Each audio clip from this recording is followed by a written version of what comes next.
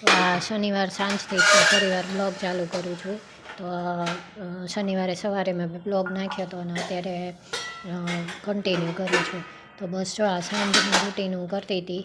તો સાંજે બસ વાસણ ચડાવવાનું ને એ થોડુંક હતું અને રસોઈ તો આજે નથી કરવાની મારે, કારણ કે સવારનું ઘણું પડ્યું છે અને એના પપ્પાને જમવું નથી. એટલે તો બસ આ બધું પતી જાય એટલે પછી હું રસોડું સાફ કરી અને એની પછી રાહ જોઈ. ઉડી કેટલા વાગે બેટા જો તો હલો ભૂખ કર નાખ બેટા.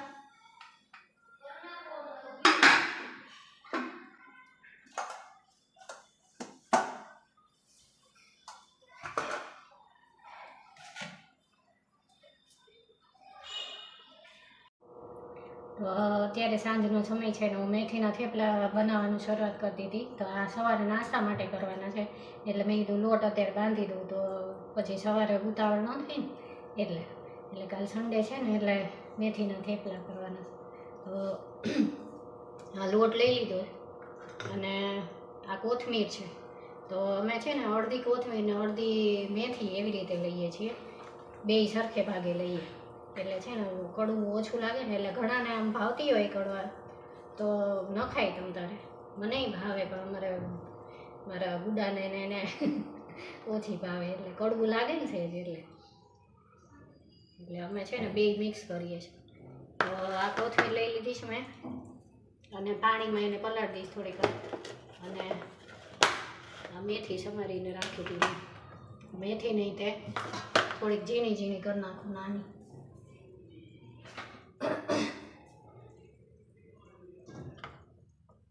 તો હવે તો શિયાળો છે એટલે લીલું લસણ ને બધું આવે છે એટલે લીલું લસણ ને એવું નાખીને કરીએ ને મેથીના થેપલા તોય સરસ લાગે.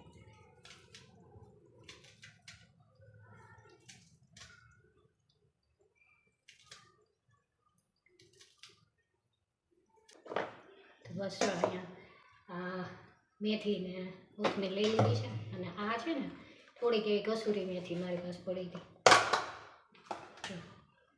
સૂકવેલી મેથી ઘરે જ તે સૂકવી હતી મેં. તો એ થોડી ચમચથી નાખીશ એટલે હું આનો છે ને કસૂરી મેથીનો ફ્લેવર બહુ સરસ આવે થેપલામાં અને કરીએ ને ત્યારે આમ સુગંધ એટલી સરસ આવે ને એટલે.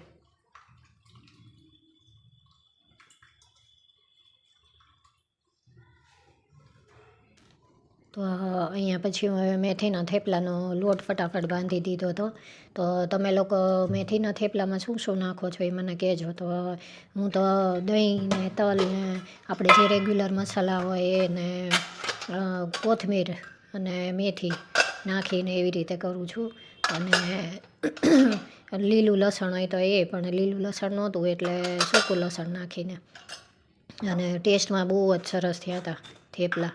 તો બસ જો અત્યારે લોટ બાંધીને મૂકી દઉં ને તો સવારે છે ને સન્ડે હોય એટલે થોડાક મોડા ઉઠ્યા હોય ને તો પછી વાંધો ન આવે એટલે અત્યારે લોટ મૂકી દઈશ. પછી સવારમાં છે ને ઉઠીને પછી ફ્રેશ થઈને આપણે નાસ્તામાં કાલે થેપલા બનાવવાના છે. તો અમારે છે ને સન્ડે મોટે ભાગે એવું જ હોય કે બ્રંચ જેવું જ હોય અમારે, કે સવારમાં છે ને આ થેપલા છે તો એની સાથે સૂકી ભાજી કે એવું કરી નાખું ને તો પણ ચાલે.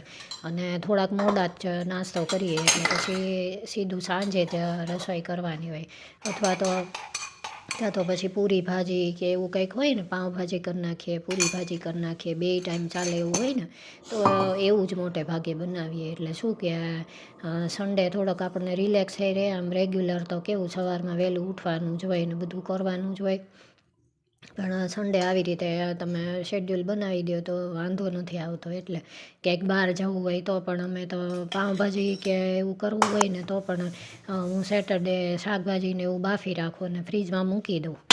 એટલે બસ એ રૂટીન છે.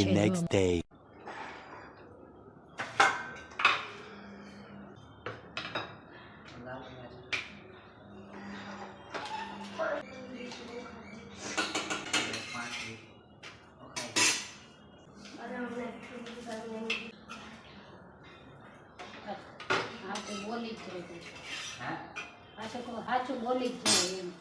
ભાખરી મૂકી દઈ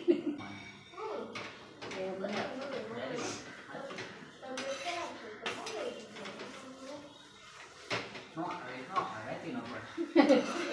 ખાઈ તો ગયા તે તો અડધું શર્ટ અડધું ખોટું. 3 જેટલા.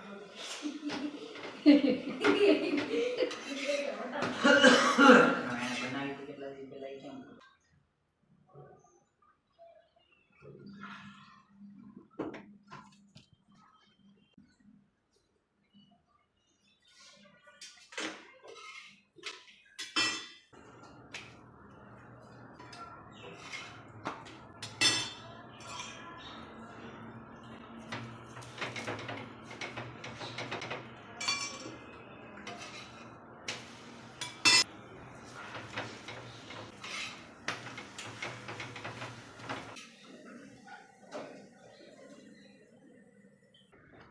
તો આ પછી એના પછીનો દિવસ છે.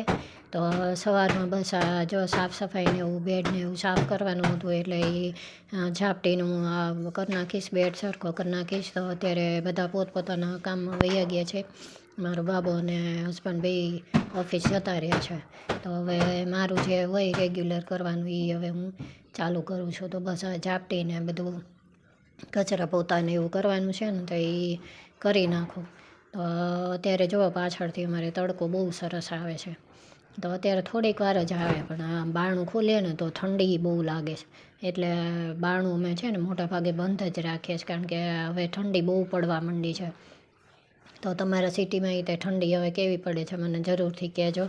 અને બસ જો અત્યારે તો સ્વેટર ને મોજા ને બધું પહેરવું પડે છે પણ હું હમણાં છે ને રસોડામાં કામ કરતી હતી ને તો રસોડામાં થોડી ગરમી થાય સ્વેટર પહેર્યું હોય ને એટલે આ ગેસ આગળ ઊભા રહીએ ને એટલે મેં સ્વેટરને એવો કાઢી નાખ્યો. તો આમ તો છે ને સવારમાં તો મારા બાબાને મૂકવા જાઓ ને એવું હોય ને ત્યારે તો આમ રહેવાયની એટલી ઠંડી લાગે છે.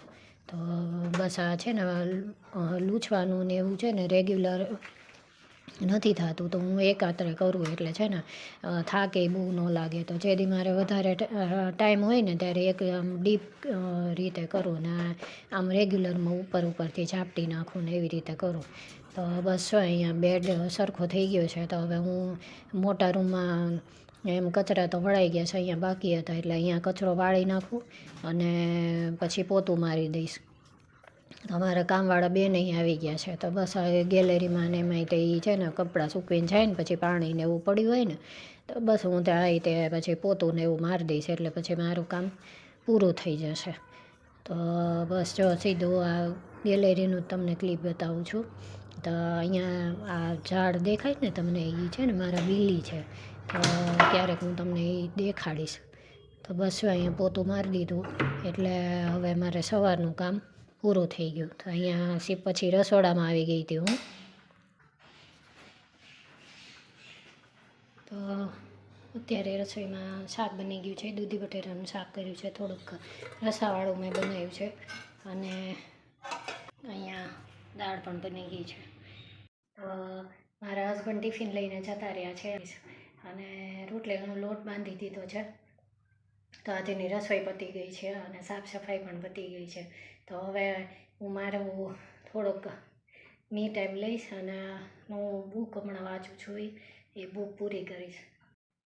તો તમને મારો આ બ્લોગ કેવો લાગ્યો મને જરૂરથી કહેજો અને જો ગમ્યો હોય તો એને લાઈક કરી દેજો અને મારી ચેનલને સબસ્ક્રાઈબ કરજો. અને હવે મારો બ્લોગ આવશે મંગળવારે આવશે. તો હું હજી પ્રયત્ન કરીશ કે હું હજી વધારે સરસ મારો બ્લોગ બનાવું. તો બસ તમે મને સપોર્ટ કરજો આવી જ રીતે. Thank you. જય શ્રી કૃષ્ણ.